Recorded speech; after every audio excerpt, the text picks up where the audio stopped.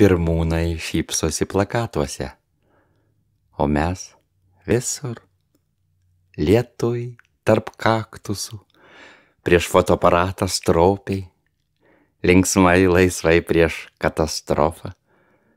Bet svarbiausia laiku nustot, nepervargint šypsenos nervo. Žmogus į sieną daužė kumščiais ir šypseną nuo veido plėšė, o šypsena nenusiplėšė. Ir prausiantis nenusiplauna, nejaugi švytinčiam kaip lėkštė reiks vaikščiot, lygi žilo plauko.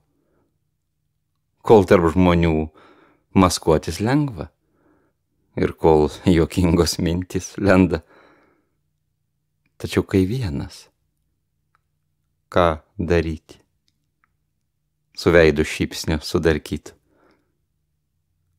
Kaip vakare namo pareiti ir šaukštuku arbatą semti ir pirštais pastuksent ir senti su šitą šypseną prakeikt.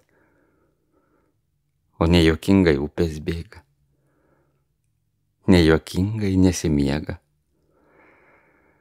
ir vėjo žvaigždė pakimba. Taip nejuokingai, net juokinga.